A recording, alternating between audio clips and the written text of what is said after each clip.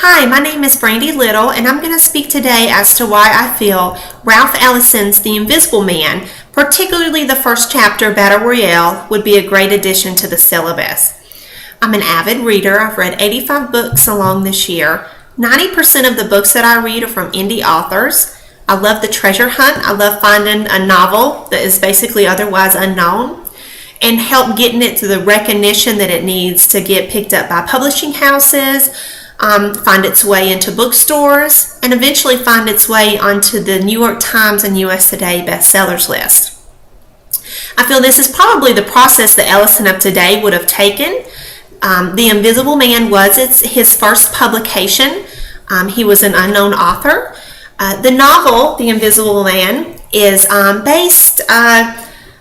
inspired by his own life, and it helps address many of the social and intellectual issues that face the African American of the early 20th century.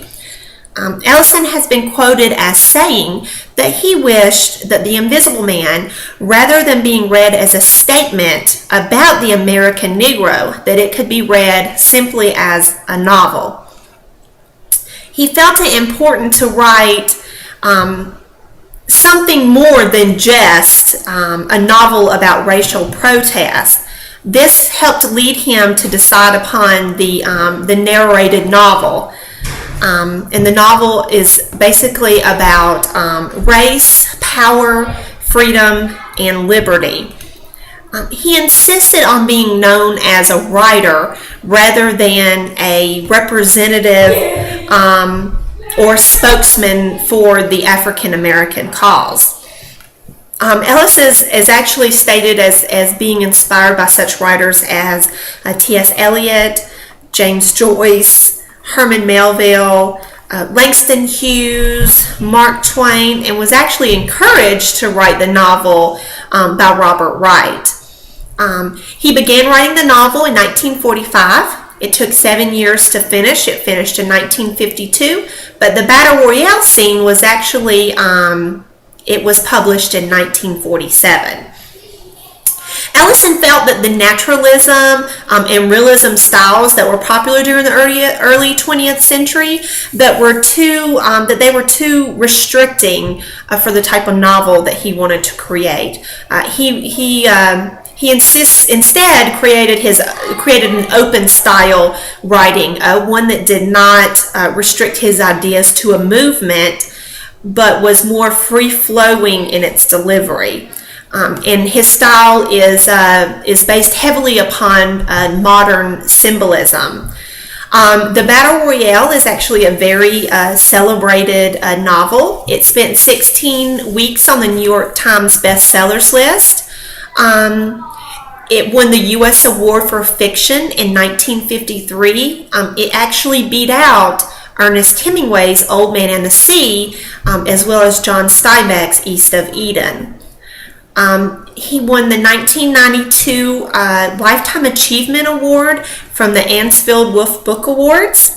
And then in 1998, the Modern Library ranked it 19th on its list of the 100 best English language novels of the 20th century. That letting all the books be stamped with its prestigious symbol there. The Time magazine also included the novel in its Times 100 Best English Language Novels from 1923 to 1955. This helped establish Ellison as one of the best writers of the 20th century. Charles Johnson, author of Middle Passage, has stated that The Invisible Man is one of the most complex, multi-layered and challenging novels about race and being and the preservation of democratic ideals in American literature. Johnson also stated that The Invisible Man has everything that one could possibly want in a novel.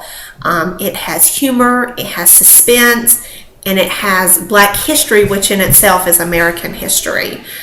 And that it is perhaps the most impressive of all perhaps the most impressive thing of all is Ellison's expansive rite of passage in the very ideal of the artistic generosity in his writings.